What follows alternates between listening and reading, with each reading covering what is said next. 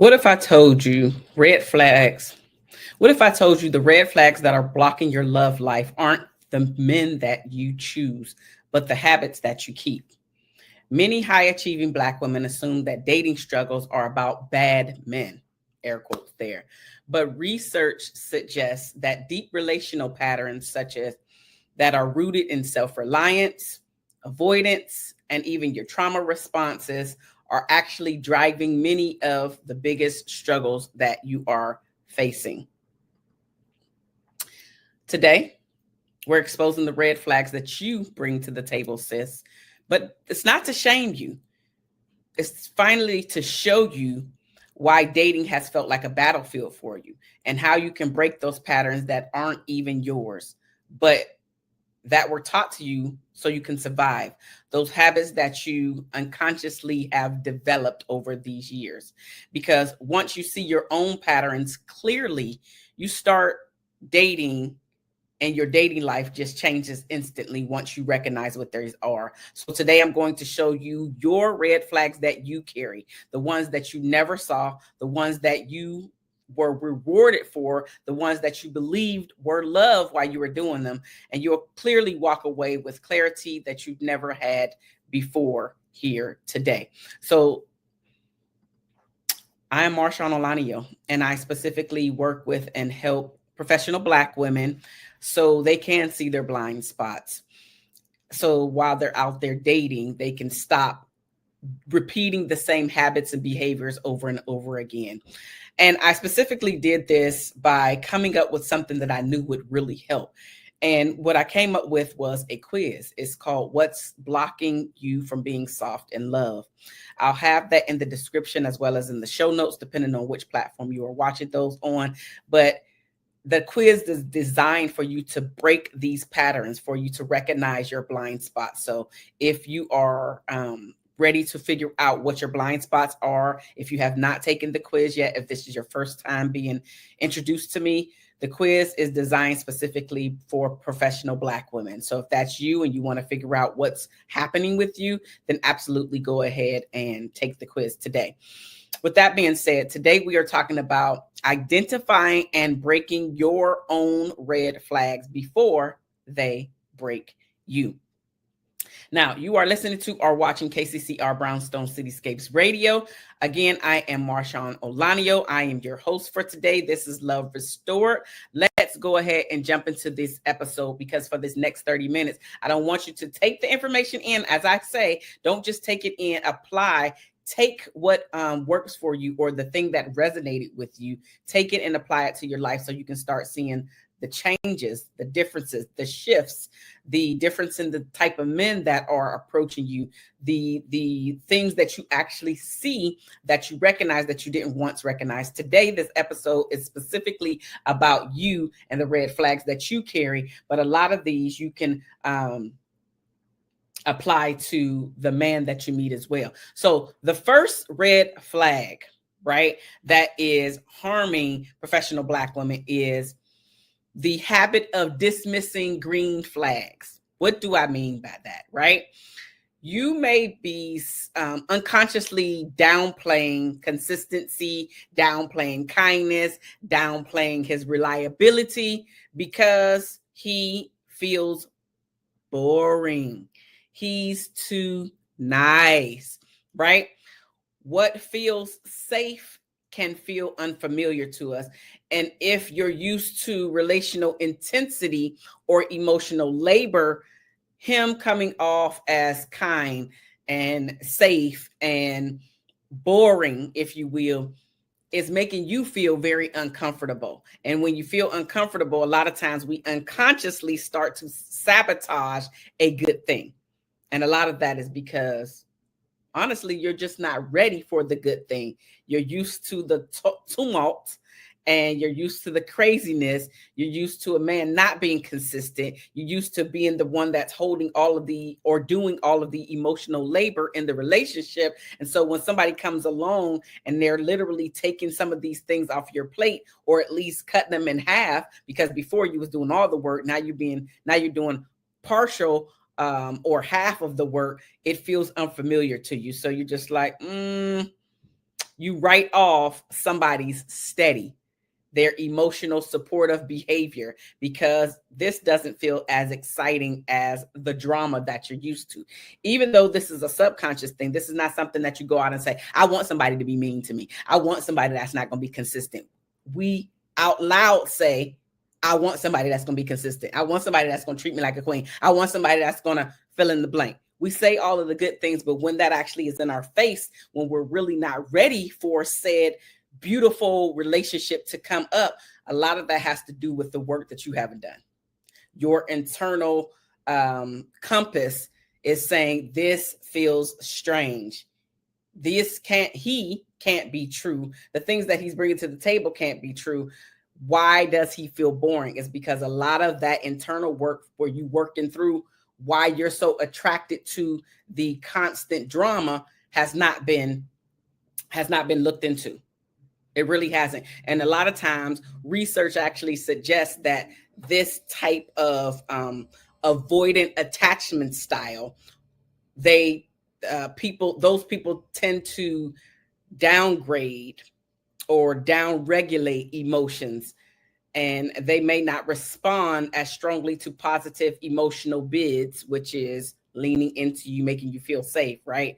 Making healthy behavior feel less electric to you as a person that's avoiding all of this stuff. At the same time, the positive relational experiences over time can increase closeness and reduce avoidance. But that's over time. That's you letting down your guard. That's you allowing the person into your most sacred space. That's allowing the person to see you vulnerable. That's simply asking for help, which a lot of us as professional Black women, we are not used to doing for several reasons. And one could be that you're just used to doing everything by yourself. But a lot of that came from you being disappointed, people letting you down. If I don't do it, it won't get done. It won't get done right. So let me just do it. A lot of that came from a lot of things that we have experienced in our community, which are valid. But at the same time, if you're trying to build something that is beautiful between a man and woman, that is where you can take off all of these multiple hats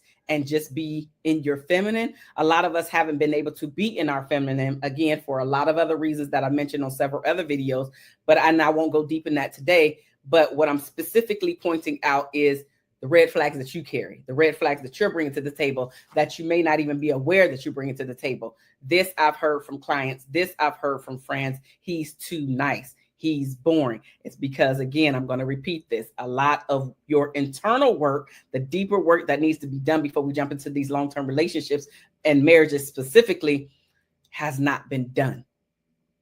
So you want it to, or you wish it to be always exciting. But when you think about it, really sit back and ask yourself and think about this question. Is the excitement really worth the frustration that comes along with it?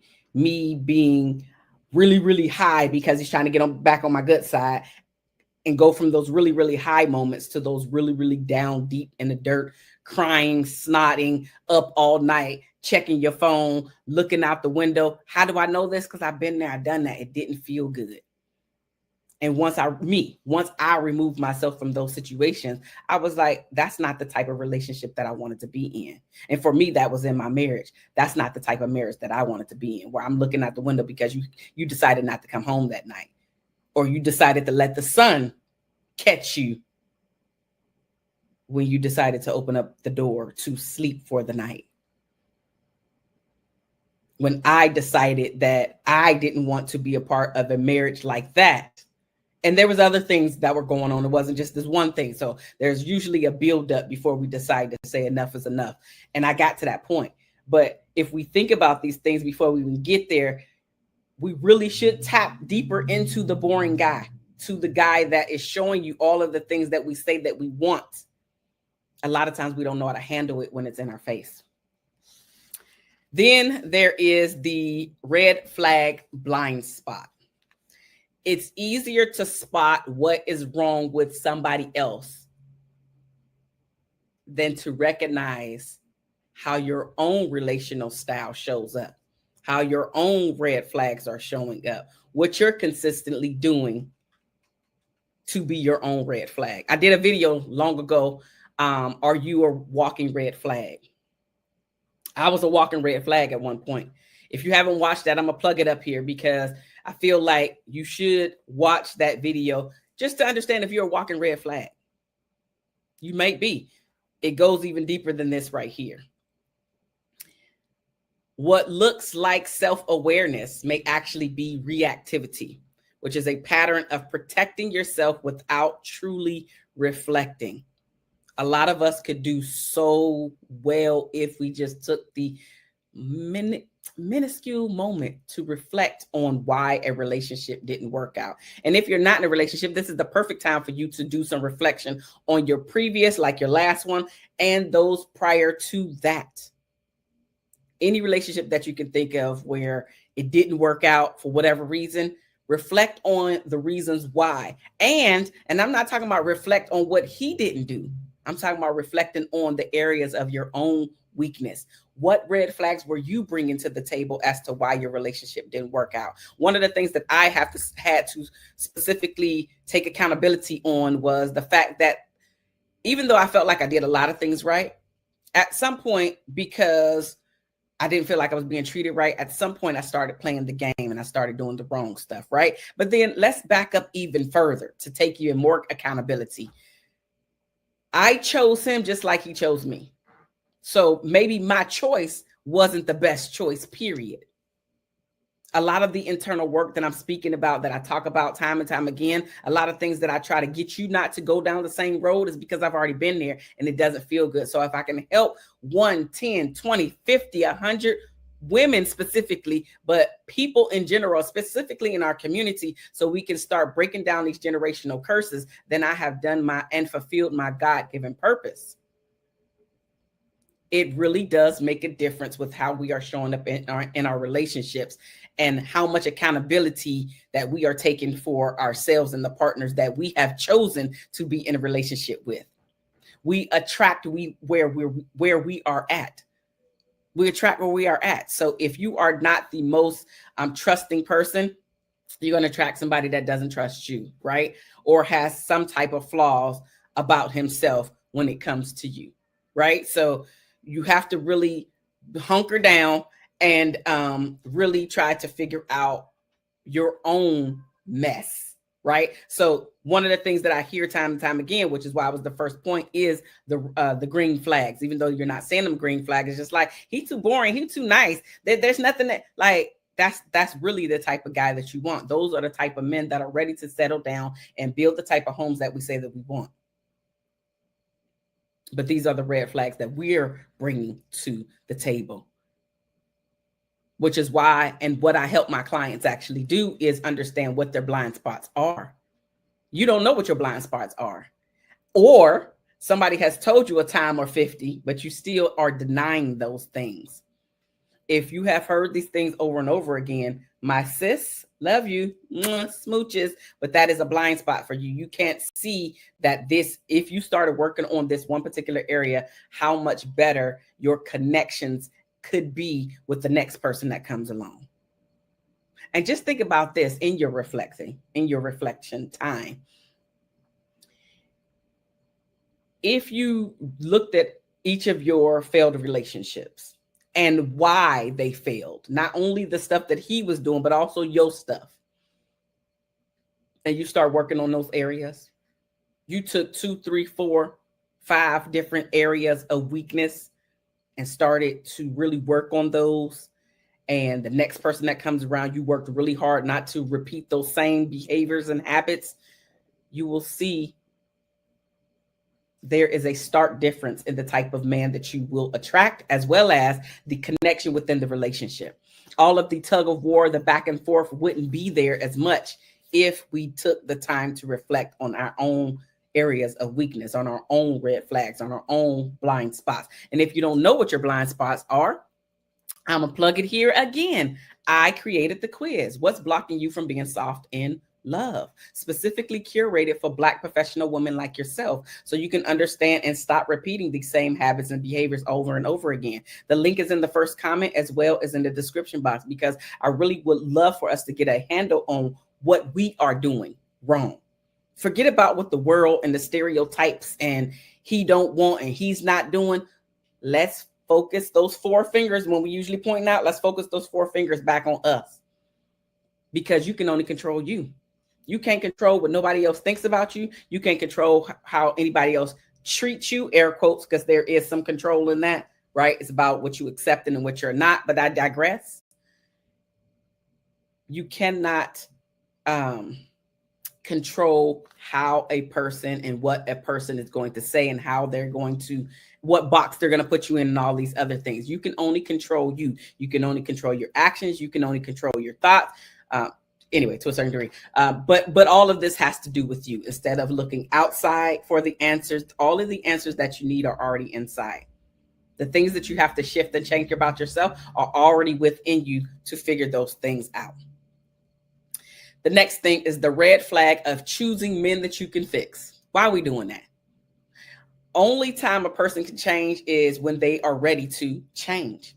There's nothing that you can do to fix a person. It's a full-time job trying to fix yourself. You can't fix nobody else. That person, in this case, your potential partner, your mate, has to be willing to do his own work. You have to be willing to do your own work. And at some point together, then y'all do work together. But if you have yet to start on your own work, fixing your own areas of weakness, focusing wholeheartedly on yourself and what you can do and how you can do things different in your relationship, it's going to be a problem. But you're not a fixer. You're not a fixer of the man that you invite into your life. Rescuing may feel a little bit safer than being seen. You pick partners you need to help rather than truly partnering with. Fixing becomes a way to avoid revealing your own vulnerabilities. A lot of times we pick people that we know that we don't have to show up fully who we are. We don't really have to showcase who we are. We can kind of control the way that this relationship is going to, go. We can control the time limit and how much we're going to step into, how much we're really going to reveal about ourselves. All of that is a choice that you're making. But in keeping your most vulnerable pieces hidden, in keeping the things that you really need to ask for help on and not, the connection is slowly but surely fading away. You cannot stay connected when you're trying to always be the boss in your romantic relationship. You gravitate towards someone with baggage because helping them feels more comfortable than letting someone support you. You know how, this is such a simple example, but even when I give some women, specifically Black women, compliments, how they can't take the compliment of, oh, you look so pretty today, or oh, you look beautiful. Oh, instead of just saying thank you. If you can't take the compliment from me, very platonic, nothing sexual about it. It's just like, oh, chat, oh, girl, you doing that today. If you can't take that and own that, I bet you can't take and own a compliment from someone of the opposite sex either. And think and even believe, shifting your mind to believe that they actually meant what they said about you to you in that moment. Another thing that came to mind was the strong Black woman reflex as a red flag. This is where the cultural expectations of strength can lead to emotional overfunctioning, leaving little space for vulnerability. Where independence becomes your isolation when you do not allow your partner to support you emotionally. Again, if you can't connect in your vulnerability, if he has never seen you cry, or very rarely, if the only time you are releasing is in the car when you're screaming, or in the shower where nobody else can hear you, how can you expect for him to understand you what you're going through? How does he get to be able to read you and know that something is wrong so he can support you if you're always pulling back and or hiding these things, never sharing what's bothering you?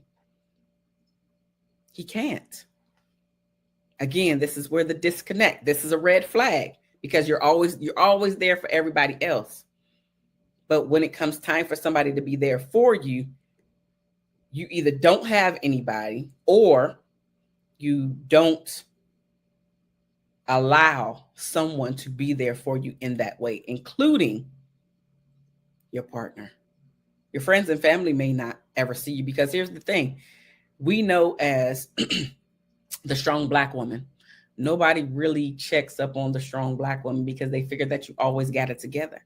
And so if you don't have 1, 2, 3 people that you can be like, hey, I usually am strong, but I need to get this out today. That could be your coach. That could be your therapist. That could be your mentor. There has to be somebody that you should be able to just be you with. I remember I was having a conversation with one of my accountability partners. And before we started sharing like real life stuff, because we were just talking about business, before we start really sharing our lives, I remember, I guess for her, even though she knows I'm human, right? I guess for her, she had never seen that softer side of me. And so one day I remember her mentioning it to me, like, I know you're human, but like, I just feel like you always got everything together. And I'm like, child, please. I didn't make no big deal about it, but I took mental note for sure. And now our relationship is even deeper because I showed that side of me. Like, girl, I was ready to throw in the towel. And I'm just talking about a friendship.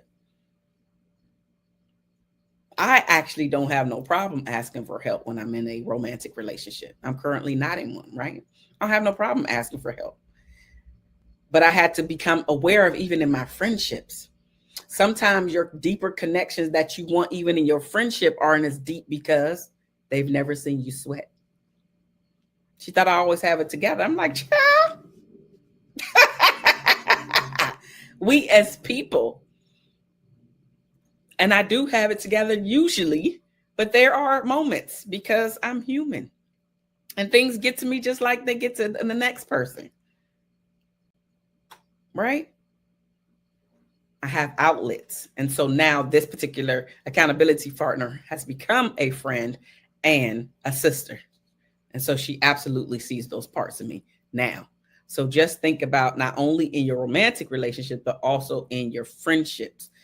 Those relationships that you want to become deeper can only become deeper if you allow your vulnerable side to be showcased. In a study of Black women, the superwoman Shima was significantly associated with avoidant attachment, which in turn predicted lower relationship satisfaction, which makes sense. If you're not attaching to someone, feel like you're connected to someone, you will have a tendency to have a lower rate of relationship satisfaction with your friend as well as in your romantic relationship, because they don't truly know you. You don't truly know them. They've never seen your vulnerable side. You're trying to control how you show up in every scenario. You're trying not to break down. They only have seen your strong Black woman side. And that is a problem in the big scheme of things. So if you want more connection, let them see you sweat. Let them see your vulnerable side. Not limited to your friendship. Please understand this is about your partnership, but also understanding that these are your red flags that you're carrying. The strong Black woman flex, for most of us, it becomes a red flag. In the beginning, it was about empowerment. And at some point, I don't even know where it happened. It started to twist and turn. And it's like, I'm hyper independent now. When I think about the strong Black woman, that's what I think about. Hyper independence. I don't need nobody's help. I got this. No, I ain't got to ask for help. I'm going to figure it out. If I can't do it, nobody can do it. Nobody can do it like me. It's the simple things that show the connection, that show people that you need them, that show people that you want them there. I digress. Let's keep going. Here's the red flag of the patterns of choosing pain familiarity. And I know I messed that word. You might be drawn to dynamics that feel familiar from your past, even if they aren't healthy. You know that they're not healthy. Chemistry is not always compatibility. What feels intense may be your trauma echo. You see, we have to think about the boring, the nice, the steady, the person that's always calling to check up on you. You told them about a project that you was having at work. Now, i.e., you have friend zoned him, right? This person is calling to check him. Hey, how did your presentation go? You need to run these things by me. Yes, I'm coming to see you when you do A, B, and C. I'll be there. They got all of your things memorized. They know your birthday. They know all of these things, and they're there for you every single time. They are your most consistent ride or die person, but you have friends on them because too nice, because he's too whatever, fill in the blank of something that you just not super appealed and drawn toward. That's the person you can have the most beautiful relationship with. That's the person that you're not even thinking about, but they've been thinking about you for a long time, which is why one of the reasons, maybe not the only reason, but one of the reasons why they are there for you. They see you. They have saw you at your lowest moments. If I'm not mistaken, I think that what is it? Rocky ASP Rocky, whatever his name is, and Rihanna, she had friend zoned him, and he had saw her go through many ups and downs relationships. We all know with Chris Brown and everything, right? But other relationships as well. He was always the guy that she would call and vent to and show her vulnerability and see how he was seeing how sad she was. But also he started to really just get to know her as a woman, as a person. Started to be that he was there for her all the time, you know, in and out of relationships, meaning her. I'm sure he was too, but her specifically. And he wasn't necessarily waiting per se, but he was waiting. Okay. He finally got his opportunity. Now they're married with, I think it's 3 kids. That's the person. Too nice. He wasn't all about the drama. Now, I'm sure he had drama in other arenas of his life, just because I saw him in the news recently in court. But the point is, they've been together. Outside looking in, it looks like a happy marriage, family, covers of magazines, and all of these other things. And even her men specifically try to put him down and calling him a simp because he's a family man. Like, that don't make no sense. I digress. Friend zone men could be the very man that you are looking to have this beautiful life with, that you can just be you when you are with him. We don't have to continuously choose the same trauma, the same drama, the same pains, the same frustrations from the same type of guy. Try someone different so you can be different. Y'all together can be different and grow together.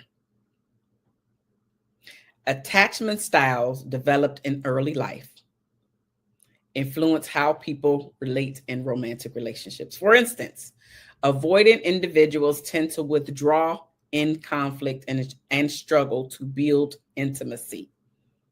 You don't have to be a part of that. The very last thing before we go is the red flag of performing softness. This displayed softness can feel like a strategic performance rather than genuine vulnerability. And I talked about vulnerability. Under stress, you revert to control because softness feels unsafe. We don't want to do that anymore, ladies, right? Because every woman has red flags, not just the men she dates. The real transformation happens when you finally recognize your own red flags and you break the ones that have kept love out of reach for yourself.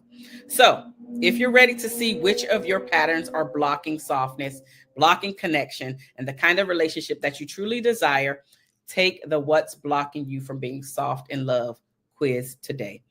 It was created specifically for Black professional women like yourself on a journey back to herself. You deserve love that feels like safety, not survival. Start with the quiz today. I love you guys, and there's nothing that you can do about it. And I will see you in the next episode. Bye-bye now.